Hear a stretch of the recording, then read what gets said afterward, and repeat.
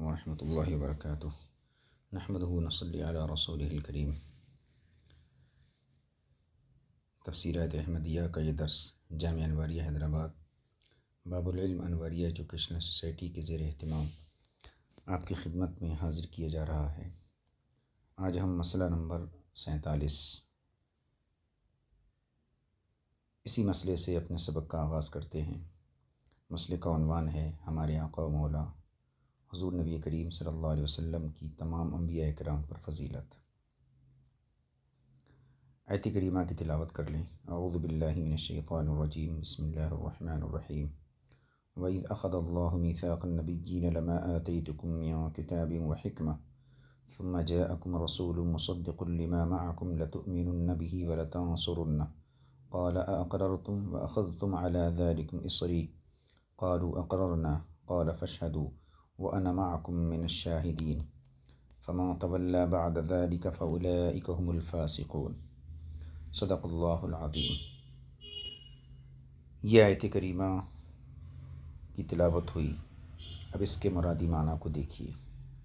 وَإِذْ أَخَذَ اللَّهُ مِيثَاقَ النَّبِيِّينَ لَمَا آتَيْتُكُم مِّن كِتَابٍ وَحِكْمَةٍ، اور یاد کرو اس وقت کو جب اللہ رب العزت نے تمام انبیاء کرام سے پختہ عہد لیا۔ لما آتیتکم من کتاب و حکمہ، کہ جب میں تمہیں کتاب و حکمت عطا کر چکوں۔ ثم جاءکم رسول مصدق لما معکم، پھر تمہارے پاس ایک ایسا عظیم رسول تشریف لائے جو تمہارے پاس موجود تمام باتوں کی تصدیق کرنے والا ہو۔ لتؤمنن بہ ولتنصرنہ، تو تم لازماً اس پر ایمان لاؤ گے، یعنی تمہیں اس پر ایمان لانا ہوگا اور اس کی ضرور بالضرور مدد کرو گے۔ قال اقررتم، اللہ نے پوچھا کیا تم اقرار کرتے ہو؟ واخذتم علی ذلکم اصری، اور اس پر تم مجھ سے پختہ عہد کرتے ہو؟ قالوا، سب نے کہا، قالوا اقررنا، سب نے کہا ہم اقرار کرتے ہیں۔ قال فاشهدوا، اللہ تعالیٰ نے فرمایا پس تم گواہ ہو جاؤ۔ وَأَنَا مَعَكُم مِّنَ الشَّاهِدِينَ، اور میں بھی تمہارے ساتھ گواہ ہوں۔ فَمَن تَوَلَّىٰ بَعْدَ ذَٰلِكَ فَأُولَٰئِكَ هُمُ الْفَاسِقُونَ، پس جو اس کے بعد پلٹ گیا تو وہی نافرمان ہیں۔ یہ آیت کریمہ کا مرادی معنی ہوا۔ اس آیت مبارکہ کو ملا جیون علیہ الرحمن یہاں پر تمام انبیاء و مرسلین کے اوپر حضور اکرم صلی اللہ علیہ وسلم کی فضیلت کو ثابت کرنے کے لیے ذکر کیا ہے، جیسا کہ آیت کے انداز سے بھی یہی ظاہر ہوتا ہے۔ اس کی تفسیر کے ضمن میں فرماتے ہیں کہ معلوم ہونا چاہیے کہ مسلمانوں کے درمیان یہ بات انتہائی پختہ اور ثابت شدہ ہے کہ ہمارے پیغمبر صلی اللہ علیہ وسلم تمام انبیاء کرام سے افضل ہیں۔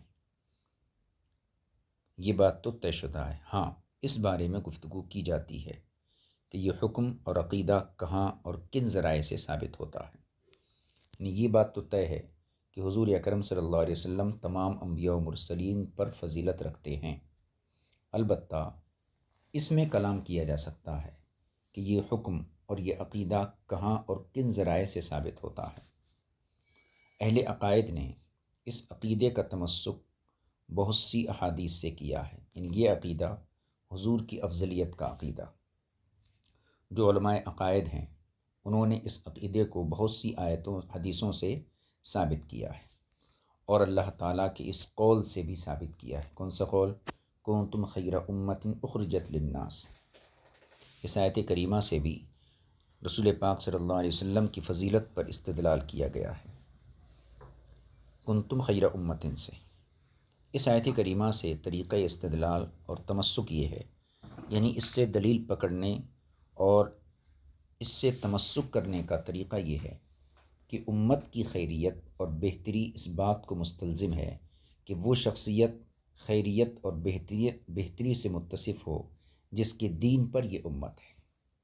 کیا مطلب؟ اس آیت کریمہ میں اللہ رب العزت نے امت محمدیہ کو خیر امت فرمایا، بہترین امت۔ تو امت کی خیریت اور امت کی بہتری اس بات کو لازم کر دیتی ہے کہ وہ شخصیت خیریت اور بہتری سے متصف ہو جس کے دین پر یہ امت ہے، جس نبی کے دین پر یہ امت ہے، اس نبی کی بھی بہتری اس سے ثابت ہوتی ہے۔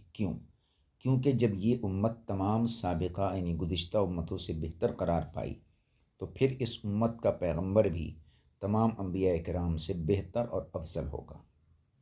یوں ہی وہ کتاب جو اس پیغمبر پر نازل کی گئی ان تمام کتابوں سے افضل ہوگی جو دوسرے انبیاء کرام پر اتاری گئیں۔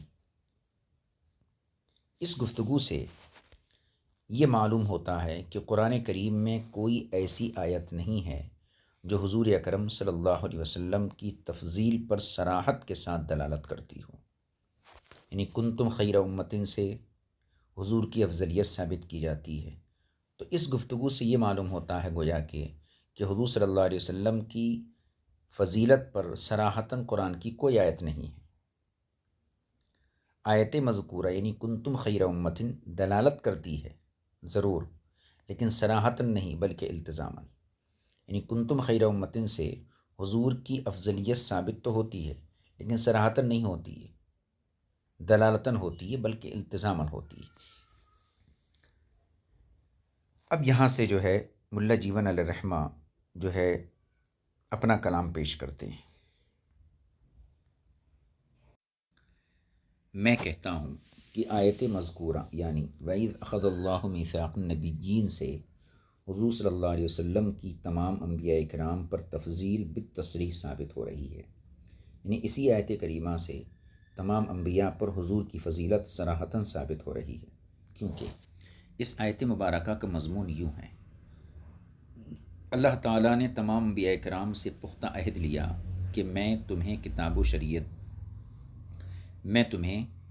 شریعت دوں گا، لیکن شرط یہ ہے کہ اگر تمہارے بعد آخری زمانے میں ایک نبی تشریف لے آئے جن پر نبوت ختم کر دی جائے گی اور وہ محمد رسول اللہ صلی اللہ علیہ وسلم ہیں، تو تمہارے ہاں موجودہ کتاب و حکمت کی تصدیق کرنے والے ہوں گے۔ جو تمہارے پاس موجود کتاب و حکمت کی تصدیق کرنے والے ہوں گے تو تم لازماً ان پر ایمان لانے کے پابند ہو اور ان کی ضرور بالضرور مدد کرو گے اگر وہ تمہارے زمانے میں تشریف لے آئیں۔ پھر اللہ نے پوچھا، کیا تم نے اقرار کیا اور اس بات پر مجھ سے پختہ عہد کیا؟ سب نے کہا ہم نے اقرار کیا اور ایمان لائے۔ پس اللہ تبارک و تعالی نے فرمایا تم میں سے بعض پر گواہ ہو جائیں، یا فرمایا فرشتوں تم سب پر گواہ ہو جاؤ، اور اس میں بھی تمہارے ساتھ گواہ ہوں۔ پھر جس نے اس کے بعد اعراض کیا، روگردانی کیا، تو وہی سرکش ہوگا۔ تو جب حضرات انبیاء علیہ اکرام کا یہ حکم ہے تو معاملہ بالکل واضح ہو گیا۔ معنی یہ نکلتا ہے کہ اللہ تعالیٰ نے حضرات انبیاء کرام اور ان کی امتوں سے یہ عہد لیا تھا کہ امتوں کا الگ ذکر کرنا کوئی ضروری نہیں تھا، کیونکہ جب پیغمبروں کا ذکر ہو گیا تو ان کی امتیوں کے ذکر کرنے سے استغنا ہو جاتا، یعنی بے نیازی ہو جاتی ہے۔ مختصر یہ کہ اس بات میں شک نہیں کہ تمام انبیاء کرام علیہم السلام کا ہمارے نبی صلی اللہ علیہ وسلم پر ایمان لانا اور ان کا اس کے ساتھ اقرار کرنا یہ صرف اس لیے تھا کہ آپ صلی اللہ تعالیٰ علیہ وسلم ان سب پر فضیلت رکھتے ہیں۔ میثاق جس کا اس آیت میں ذکر کیا گیا، اس میثاق سے الگ دوسرا میثاق ہے جو اللہ تعالیٰ نے اپنی ربوبیت کا لیا تھا، جس کا تذکرہ ہم انشاءاللہ تعالیٰ سورہ اعراف میں ذکر کریں گے۔ یعنی اللہ رب العزت نے دو قسم کا عہد لیا، ایک عام ارواح سے اپنی ربوبیت کا عہد لیا، الست بربکم وَإِذْ أَخَذَ رَبُّكَ مِنْ بَنِي آدَمَ مِنْ ظُهُورِهِمْ ذُرِّيَّتَهُمْ وَأَشْهَدَهُمْ عَلَىٰ أَنفُسِهِمْ أَلَسْتُ بِرَبِّكُمْ قَالُوا بَلَىٰ۔ یہ میثاق جو ہے تمام ارواح سے لیا گیا اللہ تعالیٰ کی ربوبیت کے حوالے سے۔ دوسرا میثاق انبیاء کرام سے لیا گیا حضور اکرم صلی اللہ علیہ وسلم کی رسالت کے حوالے سے۔ تو یہ میثاق الگ ہے جو ربوبیت کا ہے، اس کا تذکرہ سورہ اعراف میں آئے گا۔ رہا یہ کہ اہل عقائد نے، جو علماء عقائد ہیں، تو اہل عقائد حضرات نے تفضیل کے مسئلے میں اس آیت کریمہ کو وجہ استدلال اور استنباط کیوں نہیں بنایا؟ یعنی جب یہ آیت کریمہ وَإِذْ أَخَذَ اللَّهُ یہ صراحتاً حضور کی فضیلت کو بتا رہی ہے، تو پھر علماء عقائد نے حضور اکرم صلی اللہ علیہ وسلم کی فضیلت کے سلسلے میں اس آیت سے استدلال کیوں نہیں کیا، جبکہ اس میں تفضیل کی صراحت ہے اور دیگر آیات میں التزاماً ہے؟ یعنی دوسری آیتوں میں جو حضور کی فضیلت ثابت ہو رہی ہے تو وہ التزامی طور پر، اور اس میں صراحتاً ثابت ہو رہی ہے۔ تو ہم یہی کہہ سکتے ہیں کہ یا تو یہ حضرات اس آیت سے غافل رہے جو بظاہر مشکل ہے، یا پھر انہوں نے ایک اور تعویل اور تشریح کو مد نظر رکھا جو میری مذکورہ عبارت سے ظاہر ہے، اس لیے کہ آیت کریمہ میں یہ احتمال ہے کہ میثاق النبیین سے مراد ان حضرات کی اولاد سے میثاق لیا جانا ہو، یعنی اللہ نے نبیوں سے میثاق لیا، تو اس میں یہ بھی احتمال ہے ہو سکتا ہے ان انبیاء کی اولادوں سے میثاق لیا جانا مراد ہو، یعنی یہاں مضاف کو محذوف مانا جائے۔ اور وَإِذْ أَخَذَ اللَّهُ مِيثَاقَ النَّبِيِّينَ جیسا کہ بعض حضرات نے کہا ہے، اور اس احتمال پر آیت کریمہ کا آخری حصہ دلالت بھی کرتا ہے، یعنی فَمَا تَوَلَّى بَعْدَ ذَلِكَ فَأُولَٰئِكَ هُمُ الْفَاسِقُونَ، کیونکہ اس میں کیا ہے کہ جو روگردانی کیا تو وہی فاسقوں میں سے ہے، کیونکہ اس میں مذکورہ عہد سے اعراض کرنے والوں کا ذکر کیا گیا ہے، اور حضرات انبیاء اکرام علیہم السلام سے کلمہ حق سے کبھی اعراض ممکن نہیں ہے۔ یہ بات ان کی اولاد سے ہی متوقع ہو سکتی ہے، اور ان کی اولاد مثلاً بنی اسرائیل تھی، تو ایک احتمال تو یہ تھا کہ میثاق النبیین میں نبی کا مضاف محذوف ہے اور یہاں پر ان کی اولاد سے میثاق لیا جانا مراد ہو، اس لیے علماء عقائد نے اس آیت سے استدلال نہیں کیا۔ دوسرا احتمال یہ بھی ہو سکتا تھا کہ حضرات انبیاء اکرام کی اولاد مثلاً بنی اسرائیل کو ہی باوجود اس کے کہ وہ نبی نہ تھے، نبی کہا جا رہا ہو، اور یہ کہنا از روئے تحکم ہو، کیونکہ یہ لوگ کہا کرتے تھے ہم بنسبت محمد صلی اللہ علیہ وسلم کے نبوت کے زیادہ حقدار ہیں۔ یہ دوسرا احتمال تھا۔ تیسرا احتمال یہ بھی ہو سکتا ہے کہ میثاق النبیین سے مراد ان کے غیر سے میثاق لیا جانا ہو، نہ کہ خود انبیاء کرام سے، جیسا کہ کہا گیا ہے۔ یہ تمام احتمالات کشاف اور بیضاوی میں مذکور ہیں، اور شاید اس لیے بھی اہل عقائد نے اس سے استدلال بہی وجہ نہ کیا ہو کہ اللہ تعالیٰ نے صرف حضرات انبیاء کرام سے ہی میثاق نہیں لیا، بلکہ جس طرح اس نے پیغمبروں سے حضور کی نبوت کی تصدیق کا میثاق لیا، اسی طرح ہمارے پیغمبر صلی اللہ علیہ وسلم سے بھی ان انبیاء کرام کی نبوت و رسالت کا اقرار لیا ہے۔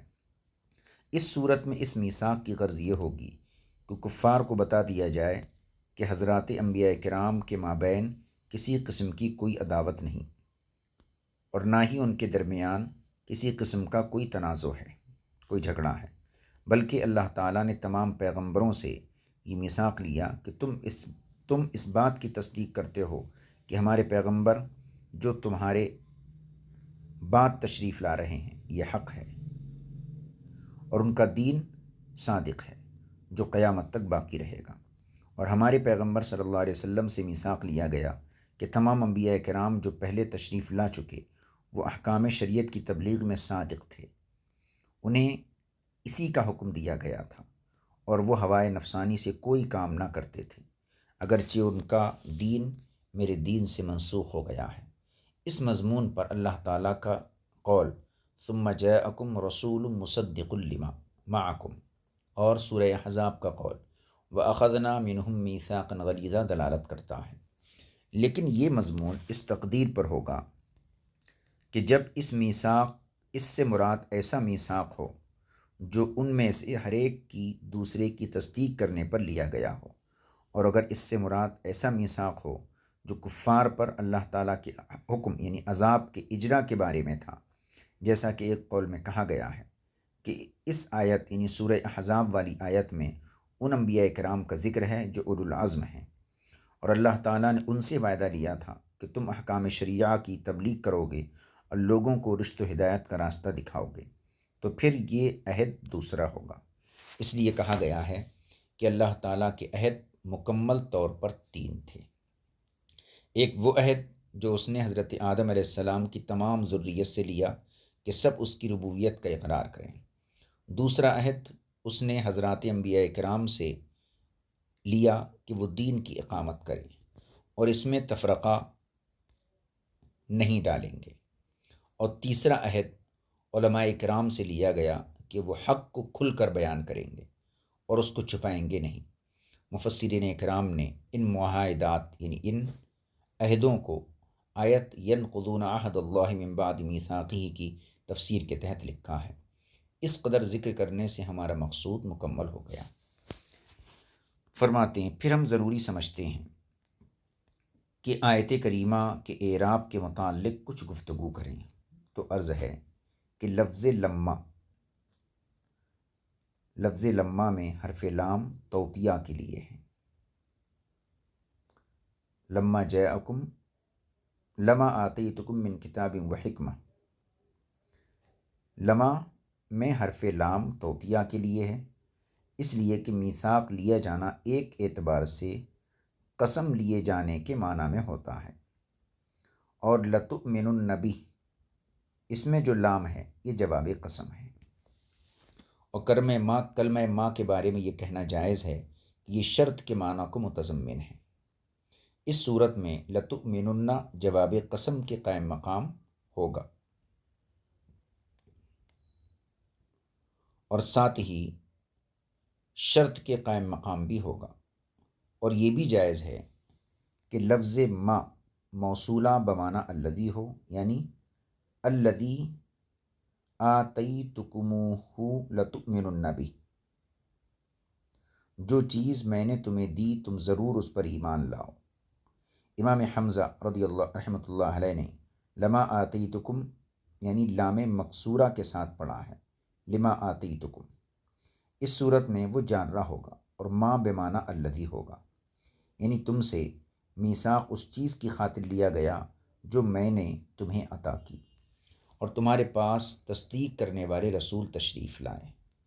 یا پھر ما مصدریہ ہوگی، یعنی میثاق تمہیں بعض کتاب اور حکمت کے عطا کیے جانے پر لیا گیا، پھر اس رسول کے آنے پر جو تمہارے پاس موجود چیز کی تصدیق کرنے والا ہے۔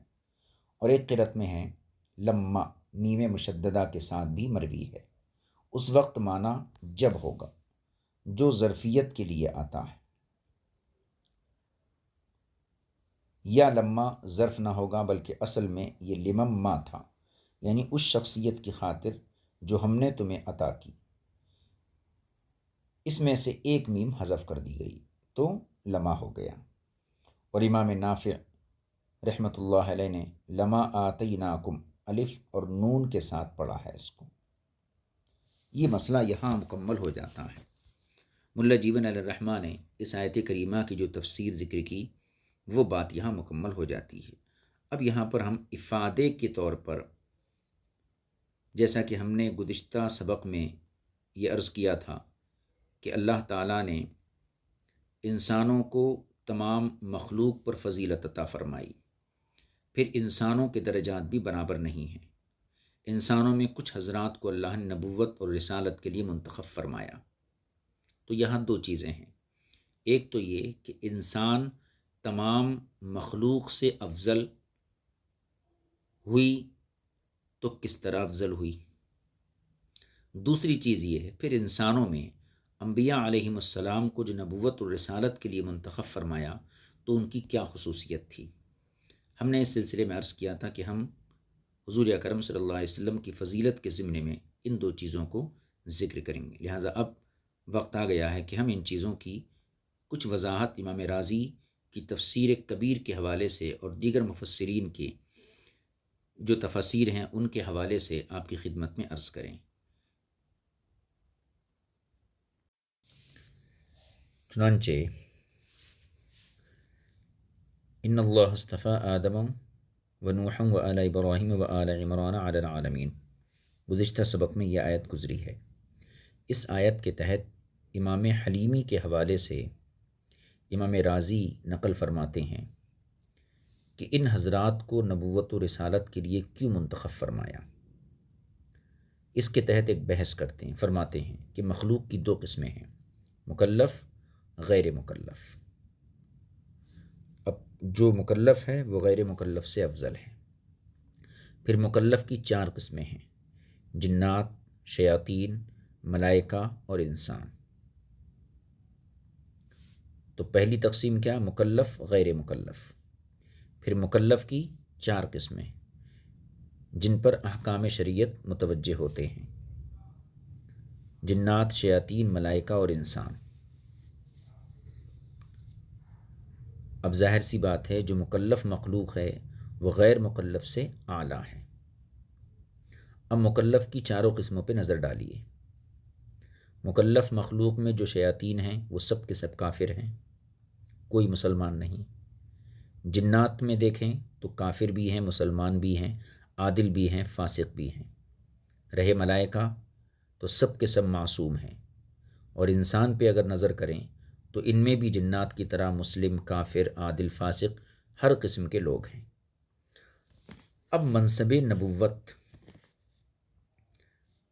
یہ مخلوق میں سب سے بلند و بالا مرتبہ ہے، لہٰذا ایسی مخلوق کو ملنا چاہیے جو تمام مخلوق سے اعلیٰ اور افضل ہو۔ چنانچہ اللہ رب العزت نے انسان کو شیاطین پر، جنات پر اور فرشتوں پر فضیلت عطا فرمائی،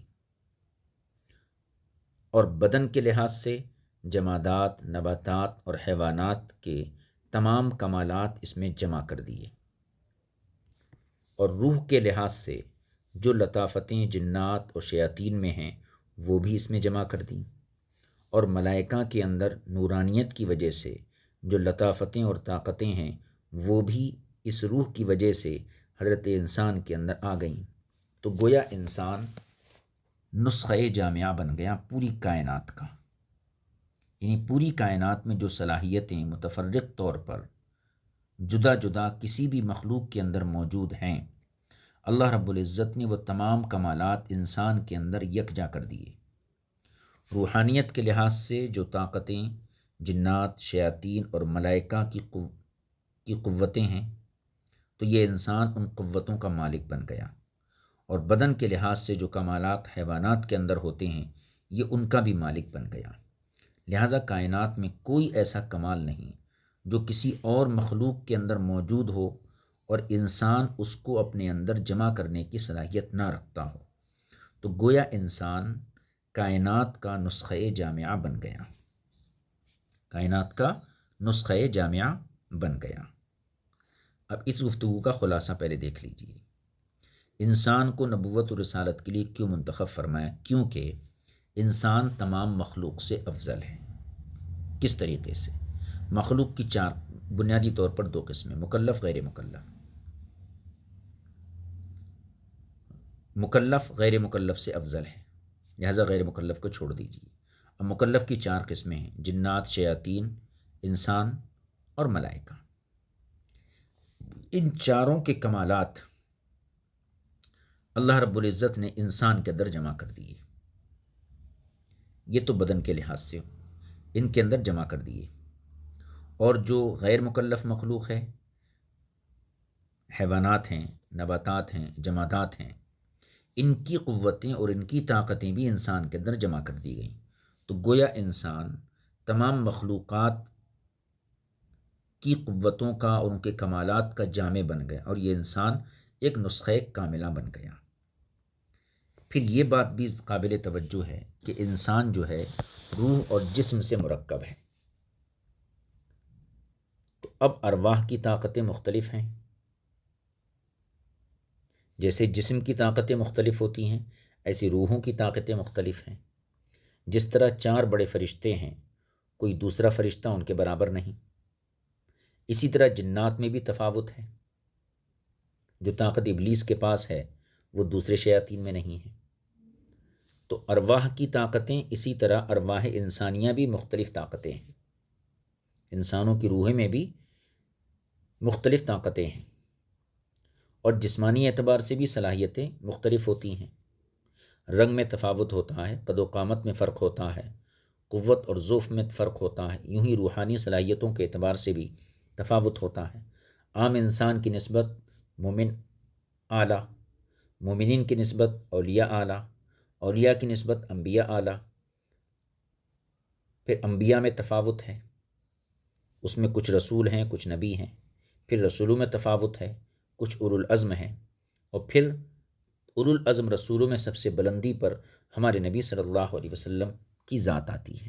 تو اس سے پتہ چلتا ہے کہ تمام مخلوق کے کمالات اللہ نے انسان میں جمع کیے، انسان کے اندر، اور پھر انسانوں کی روحیں باہم متفاوت ہوتی ہیں، ان کے کمالات اور ان کی طاقتیں، ان کی قوتیں، ان کی لطافتیں، ان کے درمیان فرق رہتا ہے۔ ایک عام انسان کی روح میں وہ کمال نہیں ہوتا جو ایک مومن کی روح میں ہوتا ہے، پھر ایک ولی کی روح میں جو کمال ہوتا ہے وہ عام مومن کی روح میں نہیں ہوتا ہے۔ اس طریقے سے اگر دیکھا جائے تو نبی کریم صلی اللہ علیہ وسلم کی ذات کے اندر ساری کائنات سے زیادہ کمالات موجود ہیں۔ تو اس گفتگو سے صرف اتنی بات ثابت ہوئی کہ اللہ نے انسان کو ہی جو ہے کہنا چاہیے نبوت اور رسالت کے لیے کیوں منتخب کیا، دوسری مخلوق کو منتخب نہیں کیا۔ یہ گفتگو تھی امام رازی کی، امام حلیمی کے حوالے سے۔ اس کو ایک دوسرے طریقے سے بھی سمجھا جا سکتا ہے، وہ یہ وَإِذْ أَخَذَ اللَّهُ وَإِذْ قَالَ رَبُّكَ لِلْمَلَائِكَةِ إِنِّي جَاعِلٌ فِي الْأَرْضِ خَلِيفَةً، جو آیت ہے، اس آیت کے ضمن میں بھی انسان کی دیگر مخلوقات پر فضیلت کو سمجھا جا سکتا ہے۔ اللہ رب العزت نے جب حضرت آدم علیہ السلام کے سامنے فرشتوں کو حکم دیا اسجدوا لآدم، آدم کو سجدہ کرو، سارے فرشتے سجدے میں گر گئے۔ اس سے پہلے کے جو حالات تھے اس پہ ایک نظر ڈالیے۔ جب اللہ نے حضرت آدم کی خلافت کا اعلان کیا تو فرشتوں نے حکمت پوچھی اور اپنا جو امتیاز تھا وہ سامنے رکھا کہ اللہ نحن نسبح بحمدک ونقدس لک، ہم تیری تسبیح و تحلیل کہتے ہیں، تیری پاکی بیان کرتے ہیں، اور یہ انسان جس کو تو خلافت کا تاج عطا فرما رہا، یہ انسان فساد پیدا کرے گا، خوریزی کرے گا، کیونکہ اس کے اندر خواہشات ہوں گی۔ تو اللہ تبارک و تعالیٰ نے حضرت آدم کے علم کو فرشتوں کے تقوی کے سامنے رکھا۔ فرشتوں نے دعویٰ کیا تھا کہ ہم تیری تسبیح و تحلیل کرتے ہیں۔ اللہ نے اس کے جواب میں حضرت آدم کی فضیلت کو کیسے ظاہر فرمایا؟ حضرت آدم کے علم کو ظاہر کیا۔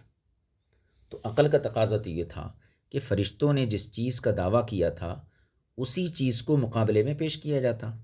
تو جیسے فرشتوں نے اپنی تسبیح کو پیش کیا تو اللہ تعالیٰ حضرت آدم کی تسبیح پیش کرتا کہ دیکھو میرا آدم تم سے زیادہ میری تسبیح کہتا ہے، لیکن اللہ رب العزت نے وہاں پر حضرت آدم کی عبادت کو پیش نہیں کیا بلکہ حضرت آدم کے علم کو پیش کیا۔ تو علم کو پیش کیا جانا فرشتوں کے دعوے سے میل نہیں کھاتا ہے۔ اس کا جواب کیا دیا جائے گا؟ اس کا جواب یہی دیا جائے گا کہ اللہ نے حضرت آدم کے علم کو اس لیے پیش کیا تاکہ یہ بتلایا جائے کہ میرا خلیفہ وہ ہوگا جو میرے کمالات کا مظہر ہوگا۔ عبادت کرنا، تسبیح و تحلیل کرنا یہ میری صفت نہیں ہے، میری صفت علم ہے، لہذا میرا خلیفہ، میرا نبی وہ ہوگا زمین میں جو کہ میرے کمالات کا مظہر ہوگا، اور میری صفت علم ہے۔ لہذا آدم اس لیے خلیفہ بنے، انسان اس لیے خلیفہ بنا کیونکہ انسان اللہ کے صفات کا مظہر ہوتا ہے۔ یہ جوہر اللہ نے اپنے صفات کا مظہر بننے کا جوہر اللہ نے انسان کے سوا کسی اور مخلوق کو عطا نہیں فرمایا، اس لیے تمام مخلوق میں انسان کو ہی نبوت و رسالت کے لیے منتخب کیا گیا۔ اس دو طریقے سے ہم انسان کی فضیلت کو ثابت کر سکتے ہیں۔ اب دوسری بات کی طرف آئیے۔ جب انسان ساری مخلوق سے افضل ہے تو انسانوں میں خاص طبقے کو اللہ رب العزت نے نبوت اور رسالت کے لیے چنا، نبوت اور رسالت کے لیے چنا۔ اس کی وجہ یہ ہے کہ مقام نبوت جن حضرات کو دیا جاتا ہے وہ اپنی صلاحیتوں میں عام مخلوق سے ممتاز ہوتے ہیں۔ جیسے نبوت، جیسے فضیلت اللہ تعالیٰ انسانوں میں نبوت و رسالت رکھا، کیونکہ نبوت و رسالت کے لیے جو جوہر چاہیے وہ انسان کے علاوہ کسی اور مخلوق کے اندر موجود نہیں، لیکن پھر انسانوں میں سے بعض چنندہ اور مخصوص افراد کو اللہ تعالیٰ نے نبوت و رسالت کے لیے منتخب فرمایا۔ تو ان کے انتخاب کی وجہ کیا ہے؟ اس کی وجہ یہ ہے کہ جو انبیاء اکرام ہوتے ہیں وہ عام مخلوق سے اپنی تمام ظاہری باطنی صلاحیتوں میں ممتاز ہوتے ہیں۔ ان کی لطافت ہو یا بشریت ہو، ہر جہت سے، ہر اعتبار سے وہ عام مخلوق سے ارفع و اعلیٰ ہوتے ہیں۔ چنانچہ امام بیضاوی نے بہت عمدہ بحث کی ہے، وہ فرماتے ہیں الا تری ان الانبیاء لما فاقت قوتهم واشتعلت قریحتهم بحيث يكاد زيتها يضيء ولو لم تمسسه نار ارسل اللہ الیہم الملائکہ، یعنی جب پیغمبروں کی باطنی قوتیں اپنے عروج پر آ جاتی ہیں اور ان کی استعدادیں کامل ہو جاتی ہیں، تو پھر جس طرح کوئی اعلیٰ درجے کا چراغ ہو جس میں ایسا عمدہ تیل ہو کہ دیا سلائی دکھائے بغیر ہی جل اٹھے اور روشنی دینے لگے، اسی طرح جب انبیاء اکرام کی باطنی صلاحیتیں کامل ہو جاتی ہیں، حتیٰ کہ جبریل نہ بھی آئیں، پھر بھی ان کا رابطہ اللہ رب العزت کے ساتھ قائم ہو جاتا ہے، وہ اس وقت براہ راست اللہ سے فیض لینے کے قابل ہو جاتے ہیں اور مخلوق کو دینے کے قابل ہو جاتے ہیں۔ تو جب ان کی باطنی قوتیں اس قدر کامل ہو جاتی ہیں تب اللہ تعالیٰ ان پر وحی اتارتا ہے اور ان کی طرف فرشتوں کو بھیجتا ہے، اور وحی کے ذریعے ان کی استعدادوں کو مزید اجاگر کیا جاتا ہے۔ اسی طرح ان کی صلاحیتیں ترقی کرتی چلی جاتی ہیں، حتیٰ کہ ایسا مرحلہ بھی آتا ہے کہ جبریل امین بھی گرد راہ دیکھتے رہ جاتے ہیں، اور یہ حضرات لامقام پہنچ کر حریم قدس میں حاضر بارگاہ ہو جاتے ہیں اور وہ کچھ حاصل کرتے ہیں جن کی جبریل کو بو بھی نہیں ملتی ہے۔ تو انبیاء علیہ السلام کی جو باطنی قوتیں ہوتی ہیں وہ عام مخلوق سے اعلیٰ و ارفع ہوتی ہیں، اور ان حضرات کی طرف جبریل نہ بھی آئیں، وحی کا نزول نہ بھی ہو، جب بھی یہ حضرات اپنی قوتوں کے لحاظ سے اس مقام پر فائز ہو جاتے ہیں کہ براہ راست اللہ سے ان کا رابطہ ہو جاتا ہے۔ چنانچہ قاضی بیضاوی کہتے ہیں فمنہم،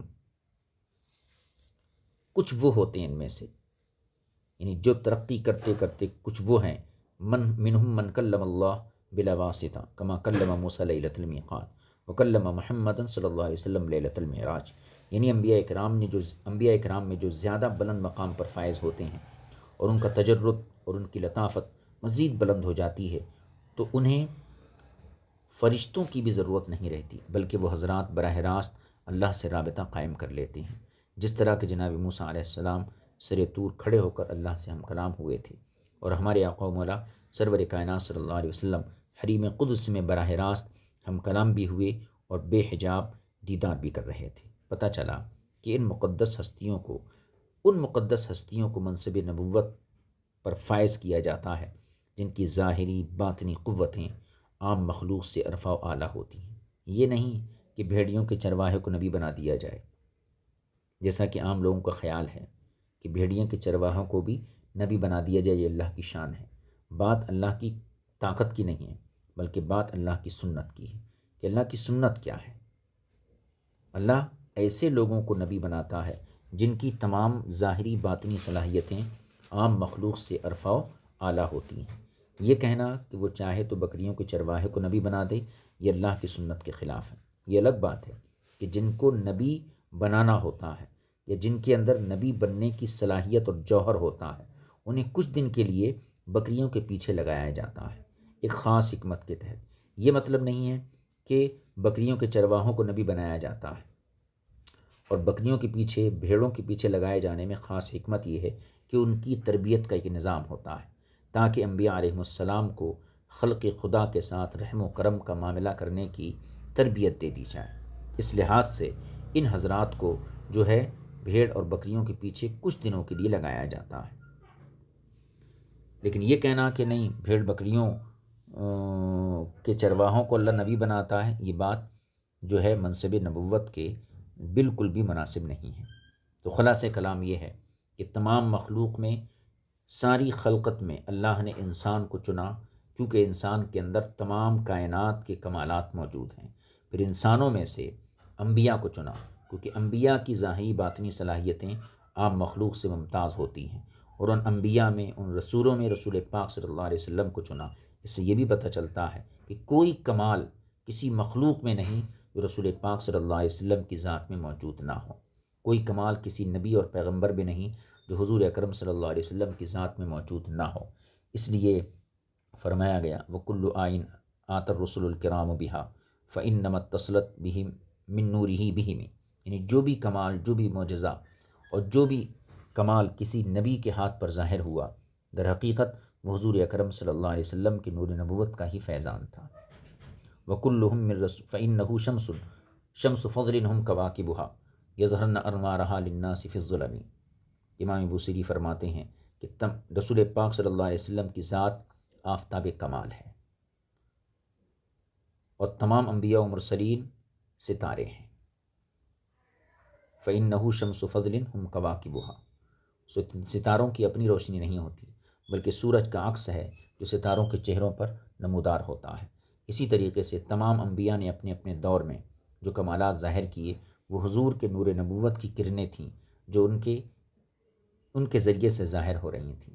یہ سورج کی روشنی ستاروں سے ظاہر ہوتی ہے، اور جب کہنا چاہیے سورج آ جاتا ہے تو ستارے پھر روپوش ہو جاتے ہیں۔ یہی وجہ ہے کہ حضور کی بعثت کے بعد گزشتہ انبیاء و مرسلین کی شریعتیں، ان کا دین، ان کی کتابیں، یہ سب منسوخ کر دی گئیں، کیونکہ اب سورج آفتاب کمالات اور آفتاب معجزات طلوع ہو چکا ہے۔